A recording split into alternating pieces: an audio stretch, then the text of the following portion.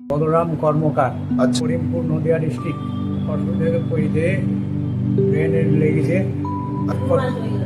দুবার। 2 মাস হলো।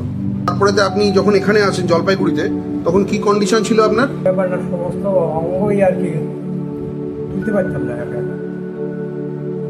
পায়খানা করতে গেলে বসে থাকতে আচ্ছা, পারতাম। বসলে উঠতে পারতেন না। হ্যাঁ, ট্রিটমেন্ট নিচ্ছেন আপনি এখানে জলপাইগুড়িতে? 15 দিন। তা এখন কিরকম অবস্থা আছে? এখন হাঁটাচলা করতে অসুবিধা হচ্ছে? আগের থেকে ভালো হয়েছে, তাই তো? ঘুমটা রাত্রি হচ্ছিল না একেবারেই।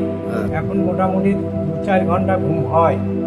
আচ্ছা। হ্যাঁ, আর বাথরুমটা এখন কম হয়েছে, 2-3 বার। আগে 4-5 বার হতো, এখন 2-3 বার উঠতে হয়, মানে বারবার পেচ্ছাপের ব্যাপারটাও কমেছে। হ্যাঁ, কমেছে। আচ্ছা। আর পা ঘষিয়ে ঘষিয়ে চলতেন আগে? হ্যাঁ, আগে থেকে একটু কম। ট্রিটমেন্টে স্যাটিসফাইড? হ্যাঁ।